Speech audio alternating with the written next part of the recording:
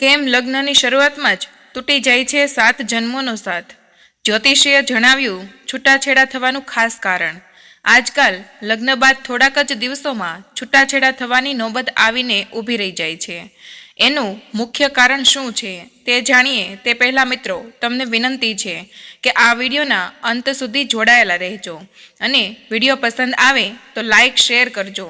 અને હજુ સુધી જો તમે અમારી ચેનલને સબસ્ક્રાઈબ ના કરી હોય તો અત્યારે જ સબસ્ક્રાઈબ કરી દેજો તથા કમેન્ટ બોક્સમાં જય શ્રી કૃષ્ણ જરૂરથી લખી દેજો, જેથી ભગવાન શ્રી કૃષ્ણની કૃપા હંમેશા આપણા સૌ પર નિરંતર બની રહે. જ્યોતિષશાસ્ત્ર અનુસાર છૂટાછેડાનું મુખ્ય કારણ લગ્ન વખતે કેટલીક વિધિઓની અવગણના છે, જે ક્યારેય ન કરવી જોઈએ. સનાતન ધર્મમાં 16 સંસ્કારનો ઉલ્લેખ છે. લગ્ન પણ તે પૈકીનો એક સંસ્કાર છે. લગ્ન કરવા માટે શુભ મુહૂર્ત જોવામાં આવે છે, કારણ કે હિન્દુ ધર્મની માન્યતા મુજબ જો શુભ મુહૂર્તમાં લગ્ન ન કરવામાં આવે તો લગ્ન બાદ દંપતીને અનેક વિઘ્નોનો સામનો કરવો પડે છે. અંતે નોબત છૂટાછેડા સુધી આવીને પહોંચી જાય છે. જ્યોતિષના જણાવ્યા અનુસાર કેટલીક વાર લગ્નના બીજા ત્રીજા દિવસે જ છૂટાછેડાની સ્થિતિ સર્જાય છે, જેના ઘણા કારણો હોઈ શકે છે. જ્યોતિષ શાસ્ત્ર અનુસાર આજકાલ સમાજમાં લગ્નો તૂટવાનું મુખ્ય કારણ શુભ મુહૂર્તોનો અભાવ છે. શુભ મુહૂર્તની અવગણના અને જ્યોતિષીય પરંપરાઓની અવગણના છે.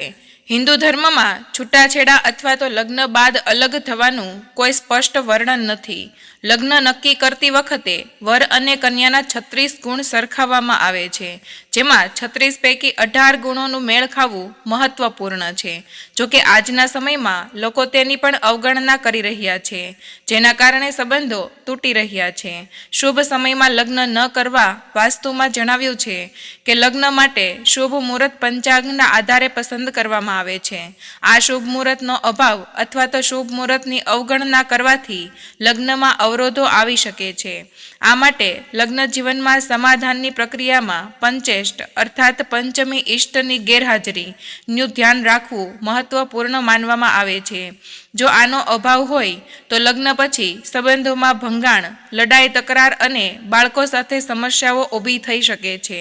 તેમણે શુભ મુહૂર્તનું મહત્વ સમજાવ્યું અને કહ્યું કે લગ્ન કરનારના પરિવારજનોએ શુભ મુહૂર્ત પર વિશેષ ધ્યાન આપવું જોઈએ અને આ માટે પંડિતની સલાહ લેવી જોઈએ.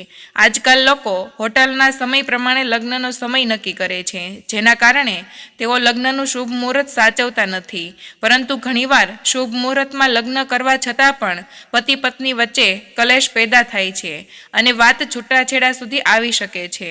આ સંજોગોમાં પરિવારના વડીલોને સમાજના લોકો સાથે બેસીને ચર્ચા વિચારણા કરીને સમસ્યાનું યોગ્ય નિરાકરણ લાવવું જોઈએ. તો મિત્રો, આજની કહાની અને વિડીયો તમને કેવો લાગ્યો તે કમેન્ટ કરીને જરૂર જણાવજો. અને વિડીયો પસંદ આવ્યો હોય તો લાઈક અને શેર કરજો તથા ચેનલ પર નવા હોય તો ચેનલને સબસ્ક્રાઈબ જરૂરથી કરજો. વિડીયોને અંત સુધી જોવા બદલ તમારો ખૂબ ખૂબ આભાર. મળીશું એક નવા વિડીયો સાથે. ત્યાં સુધી જય શ્રી કૃષ્ણ, જય કષ્ટભંજન દેવ. ધન્યવાદ.